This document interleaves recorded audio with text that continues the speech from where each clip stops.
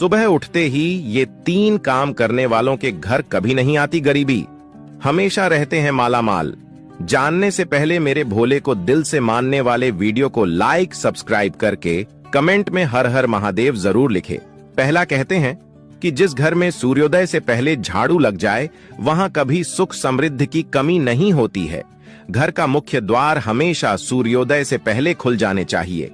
खिड़कियों दरवाजों से आती सूर्य की पहली किरण घर में धन के भंडार भर देती है।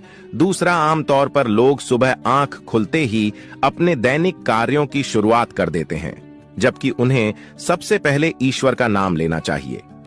आपको राधे कृष्ण, सीताराम जैसे शब्दों के साथ अपने दिन की शुरुआत करनी चाहिए। तीसरा, सवेरे उठने के बाद भगवान सूर्य देव को जल जरूर चढ़ाएं।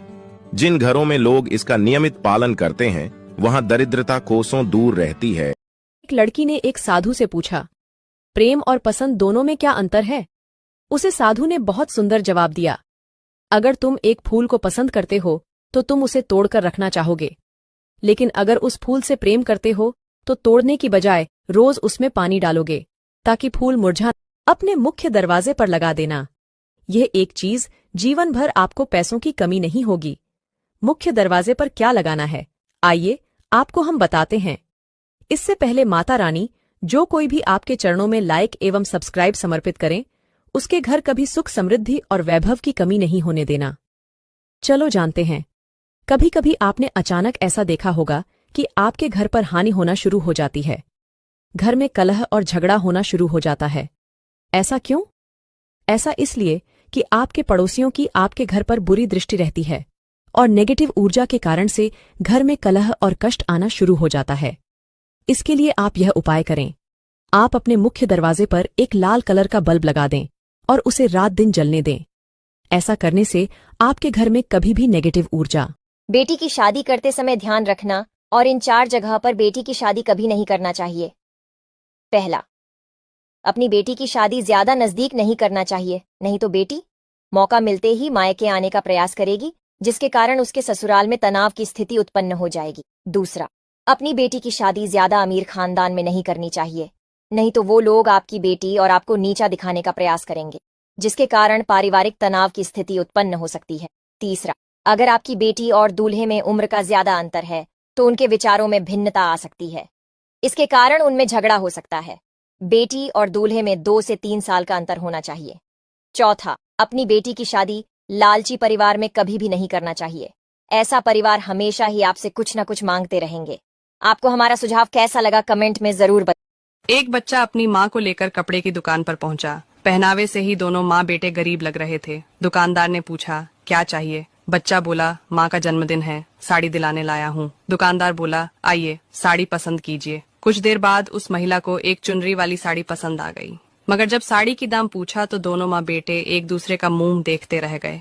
दुकानदार बोला, बेटे ये 2200 रुपया की साड़ी है। लड़का बोला, मगर मेरे पास तो केवल 600 रुपया ही है। माँ बोली, हमें दूसरी साड़ी दिखा दो साहब, इतनी महंगी साड़ी हम नहीं ले सकते। फिर माँ दूसरी साड़ी देखने लग गई, मगर बेटे का मन तो माँ को पसंद आई। उस चुनरी वाली साड़ी पर अटका था। लड़का दुकानदार को अलग कोने में ले गया और बोला, साहब वह 2200 रुपया वाली साड़ी दे दो, 600 रुपया ले लो, बाकी पैसे के बदले में आपकी दुकान में आकर काम कर दिया करूंगा।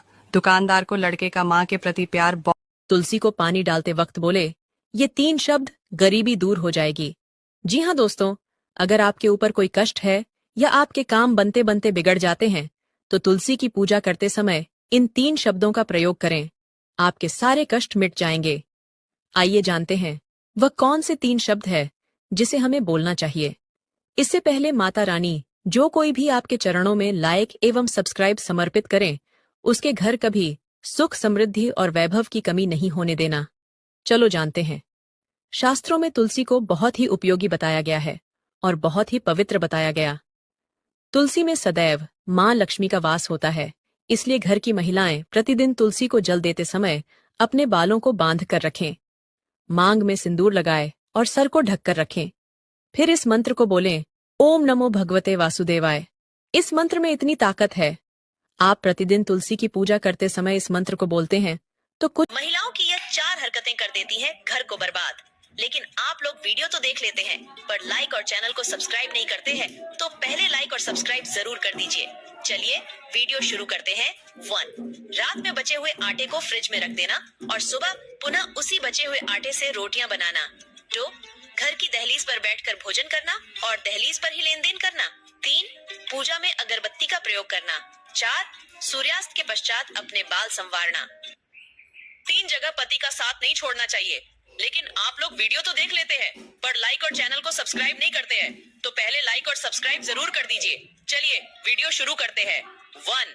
जब पति किसी गैर महिला के साथ अकेला हो। 2. जब पति के ऊपर कोई विपत्ति आई हो। 3. जब पति की नौकरी चली गई हो। पत्नी की इन 3 गलतियों के कारण घर में आती है गरीबी, लेकिन आप लोग वीडियो तो देख लेते हैं पर लाइक और चैनल को सब्सक्राइब नहीं करते हैं, तो पहले लाइक और सब्सक्राइब जरूर कर दीजिए। चलिए वीडियो शुरू करते हैं। 1. पति के साथ एक ही थाली में बैठकर खाना खाना। 2. घर में टूटी हुई झाड़ू से सफाई करना और गंदे कपड़े से पोंछा लगाना। 3. पति को हमेशा उल्टा जवाब देना और हमेशा पति की बेइज्जती करना।